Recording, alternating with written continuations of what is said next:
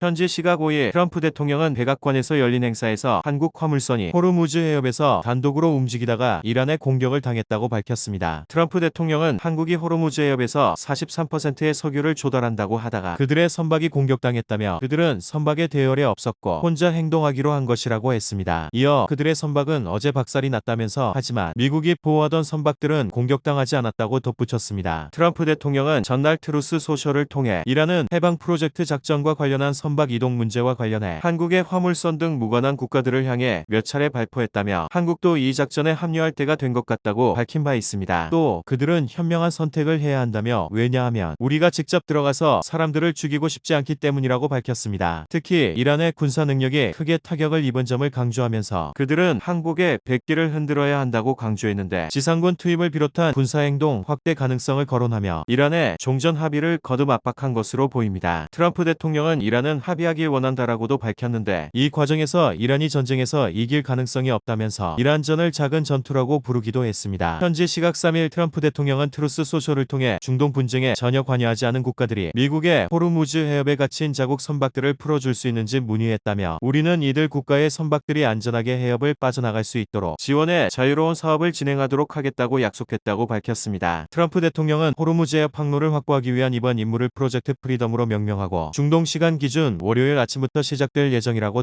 덧붙였습니다. 트럼프 대통령은 이번 작전을 인도적 조치라고 설명하며 해협에 발이 묶인 선박들이 식량과 필수 물자가 부족한 상황이라고 밝히며 작전 목적을 설명했습니다. 이어 이 인도적 작전이 방해받을 경우 그에 대해서는 강력하게 대응할 수밖에 없다고 밝혀 군사적 충돌 가능성도 시사했습니다. 그러면서 나는 우리 대표단이 이란과 매우 긍정적인 논의를 진행하고 있으며 이러한 논의가 모두에게 매우 긍정적인 결과를 가져올 수 있다는 것을 잘 알고 있다고도 했습니다. AFP 통신이 인용한 해상정보업체에 따르면 지난달 말 기준 걸프 해역에는 900척 이상의 상선이 머물러 있으며 전쟁 초기에는 1100척을 넘었던 것으로 집계된 상황입니다. 이 같은 조치는 해상 질서 회복과 글로벌 물류 안정에 핵심 역할을 하며 미국의 영향력 확대에도 긍정적으로 작용할 것으로 보이는데 미국 주도의 항로 통제가 에너지 시장 안정과 동맹 결속을 강화하는 계기가 될 것으로 예상됩니다. 현지 시각 4월 30일 이란 반관영 매체 타스님 통신에 따르면 이날 저녁 테헤란의 서부, 동부, 중앙, 남부 지역에서는 약 20분 동안 하늘에서 폭발음이 들렸다고 보도했습니다. 현지 당국은 문제의 소음이 소형 비행체 및 정찰용 드론 요격과 관련된 폭음이었다고 발표한 상황입니다. 타스님은 소음이 얼마 지나지 않아 멈추고 테헤란 상공이 평상시와 같이 정상화되었다고 밝혔으나 구체적인 추가 보도는 하지 않은 상태입니다. 전날 악시오스는 3명의 소식통을 인용해 미 중부사령부가 협상 교착 상태를 타개하기 위해 이란에 대한 짧고 강력한 공습 계획을 준비하고 있다고도 보도하기도 했습니다. 이 때문에 협상이 교착 상태에 놓이게 되자 트럼프 대통령이 협상의 우위를 점하기 위해 제한적인 공습에 나설 수 있을 거란 전망도 나오고 있습니다. 다만 이번 폭발음이 실제 군사적 충돌의 전조인지 단순 방공 대응 차원의 상황이었는지는 아직 명확히 확인되지 않고 있습니다. 중동 지역 특성상 군사적 긴장이 고조될 경우 제한적 충돌이 단기간에 확전으로 이어질 가능성도 배제할 수 없습니다. 특히 미국과 이란 간 협상이 교착 국면에 들어선 상황에서 군사적 압박과 외교적 해법이 동시에 병행되는 투트랙 전략이 본격화될 수 있어 보입니다. 현지 시각 4월 30일 트럼프 대통령은 백악관에서 열린 행정명령 서명 중 이란은 미국과 합의하고 싶어 안달이 나 있다고 밝혔습니다. 그러면서 핵시설 타격 이후 땅속에 묻혀있는 핵 관련 잔해를 반드시 확보하겠다고 하며 이란 핵 제거를 다시 한번 강조했습니다. 특히 휴전 이후 호르무즈 해협을 봉쇄하고 있는 것에 대해서는 봉쇄의 파괴력은 실로 대단해서 이란은 석유 판매 수입이 단 한 푼도 없다며 바라건대 매우 곧 해결될 수 있기를 바란다고 덧붙였습니다. 협상이 교착 상태에 빠진 것 아니냐는 질문엔 이란은 지금 어떻게든 협상을 타결하고 싶어 하지만 문제는 그들 지도자가 과연 누구인지 확실히 아는 사람이 없다는 것이라면서 골치 아프다고 했습니다. 지난해 6월 이란의 핵시설 3곳을 타격한 미드나이테머 작전의 성과를 강조한 트럼프 대통령은 핵 잔해를 반드시 미국이 가져올 것이라고도 했습니다. 이어 핵 잔해는 비록 땅속 깊숙이 묻혀 있어서 그것을 가져오려면 불찾기 같은 중장비를 동원해야 한다면서 우리가 직접 가져오든 아니면 그들이 우리에게 넘겨주든 어떤 방법을 써서라도 반드시 손에 넣을 것이라고 했습니다. 그러면서 군사작전이 진행 중인데도 경제 상황이 매우 좋다고 본다면서 나는 그것을 전쟁이라고 하지 않고 군사작전이라고 부른다고 강조했습니다. 현지 시각 29일 트럼프 대통령은 악시오스와의 인터뷰에서 호르무즈 해상 봉쇄가 폭격보다 다소 더 효과적이라며 이란은 숨이 막혀 죽어가는 돼지 같다면서 상황은 그들에게 더 나빠질 것이라면서 이란은 핵무기를 가질 수 없다고 경고했습니다. 그러면서 호르무즈 해상 봉쇄로 이란의 원유 수출길이 막히면서 석유 저장 시설과 송유관이 폭발 직전의 상태가 됐다고 덧붙이기도 했습니다.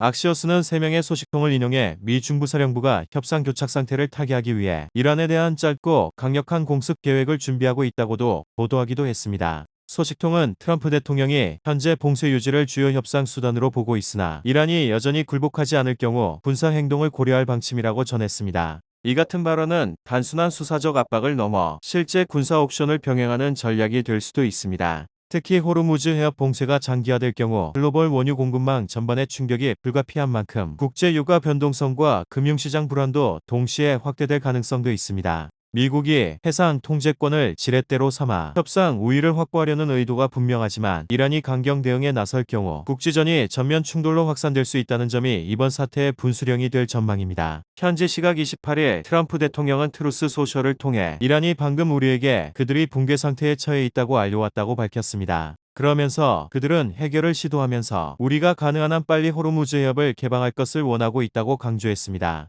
다만 트럼프 대통령이 언급한 이란의 붕괴 상태가 구체적으로 어떤 상황을 의미하는지 또 이란의 공식적인 정부 채널로부터 통보받은 것인지 등은 확인되지 않은 상태입니다. 이런 가운데 미국의 호르무즈 역봉쇄 조치가 효과를 나타내고 있는 것으로 알려졌습니다. 현지 시각 27일 월스트리트 저널에 따르면 전현직 이란 당국자들을 인용해 미군이 이란 항구로 들어오는 빈 유조선을 차단하고 수출용 선박의 출항을 막으면서 이란 내 원유 저장 탱크가 가득 차고 있다고 보도했습니다. 원유 감산을 피하기 위해 이미 유조선을 활용 중이지만 이마저도 부족해 전례 없는 수단을 동원하고 있다는 겁니다. 당국자들은 이란이 남부의 원유 생산 및 물류 거점인 아흐바즈와 아살루에 등지에서 컨테이너는 물론 상태가 불량해 버려졌던 폐탱크까지 활용해 원유를 보관하고 있다고 말했습니다. 트럼프 대통령의 호르무즈 역봉쇄 조치로 사실상 이란 경제가 아사 상태에 놓이면서 미국과 이란의 휴전 협상에서 주도권을 가져오려는 트럼프 대통령의 전략이 효과를 내고 있는 것으로 보입니다. 현지 시각 28일 이스라엘군은 레바논 남부 칸타라 마을에서 헤즈볼라의 대형 공격용 터널 2곳을 발견해 폭파했다고 밝혔습니다.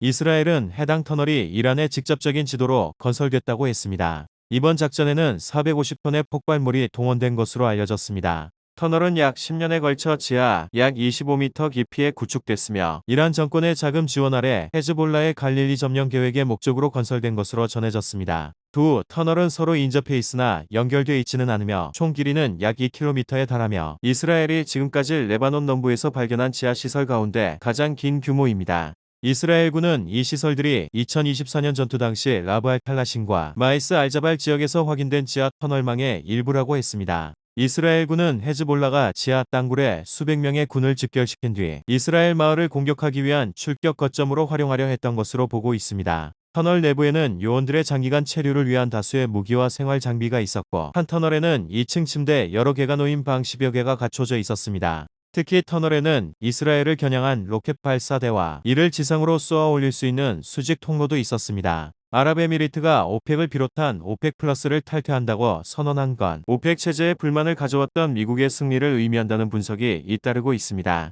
실제로 트럼프 대통령은 미국이 중동 오펙 회원국들의 안보를 지켜주는 동안 그들이 유가를 높게 유지하고 있다며 오랜 기간 오펙을 공개적으로 비판해왔습니다. 실제로 로이터 통신은 UAE의 오펙 탈퇴는 2018년 유엔 총회 연설에서 오펙이 유가를 올려 전 세계를 착취하고 있다고 비난한 트럼프 대통령의 승리를 의미한다라고 평가했습니다. UAE의 탈퇴는 오펙의 가격 통제력 약화로 이어져 장기적으로 소비자들에게 긍정적인 영향을 미칠 것으로 예상됩니다. CNN도 오펙의 힘을 약화시키는 것은 장기적으로 미국 소비자들에게 이로울 수 있다며 UAE는 역내 두 번째로 큰 산유국으로 오펙 회원국 규정에 따른 제약 없이 자유롭게 원유를 생산할 수 있는 주요 신규 경쟁자로 시장에 등장하게 된다고 했습니다. 이번 사태는 미국 에너지 전략에 분명한 긍정 요인으로 작용할 수 있습니다. 오펙의 결속이 약화되면 국제 유가의 상방 압력이 완화되며 이는 미국 내 휘발유 가격 안정으로 이어질 가능성이 큽니다. 동시에 UAE의 증산 확대는 공급 다변화를 촉진해 시장 경쟁을 강화하고 미국 셰일 업계에도 유리한 환경을 조성할 수 있습니다.